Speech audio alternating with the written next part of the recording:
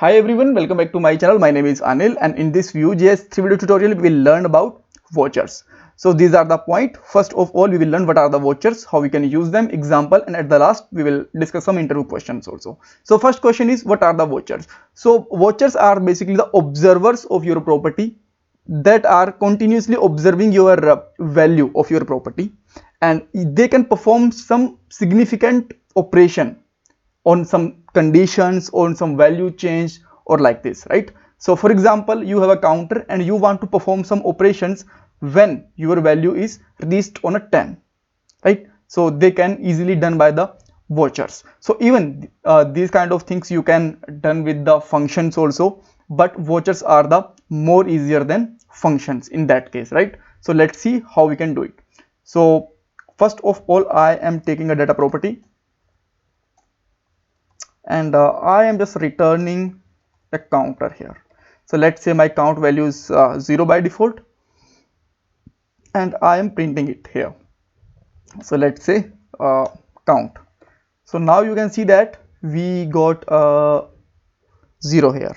That's fine. This is totally fine. So now on a button click, I want to change it. So I am making a button here. Let me close it and putting a plus sign with it like this, and on click event. So even you can use the @ but I will always prefer on click. And on click, what I can do here, so I can change this count value with the +1. So count equal to count plus 1. That's fine.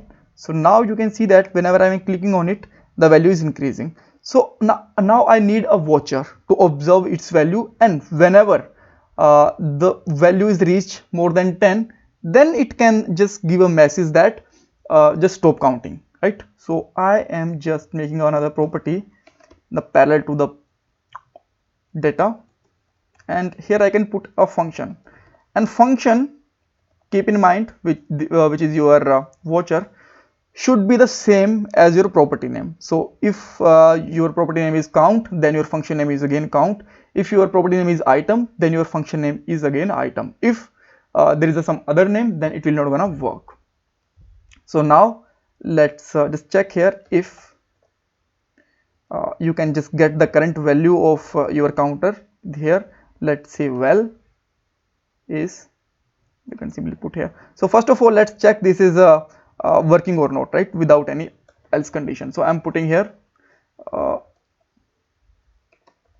value updated or something like this, right?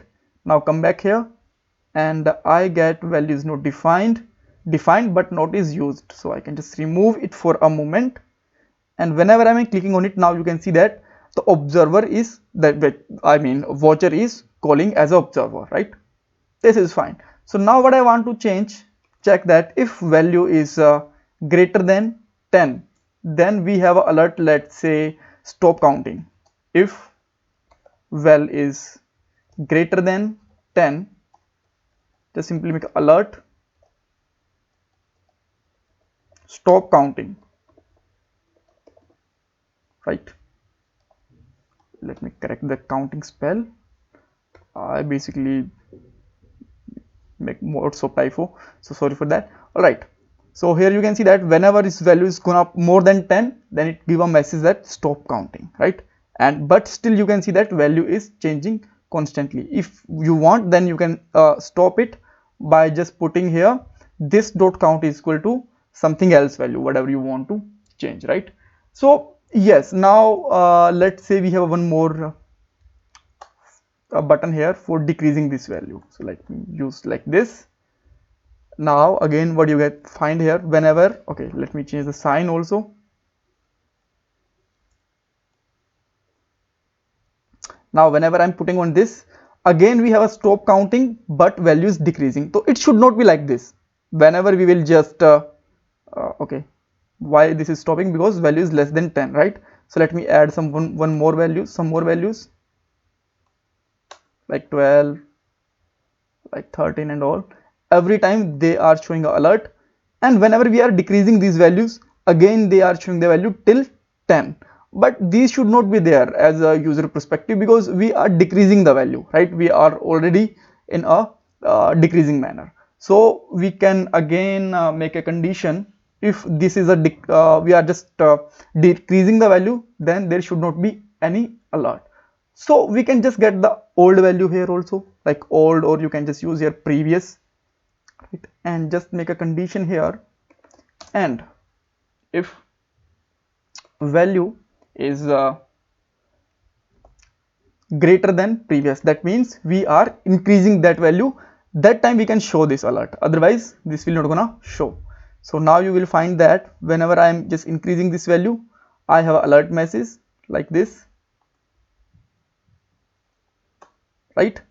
So, and now if I am decreasing this value, we don't have any alert. So with that way we can use make a counter with the alert and all. And if you want to just put here some values like this dot count, you want to reset value, then you can reset it also, like 0. If you just gonna more than 10, then you have a value start again on 0, like this. So thanks for watching this video. If you have any concern, query, you can ask me in the comment box. Don't forget to subscribe my channel. Bye bye, take care.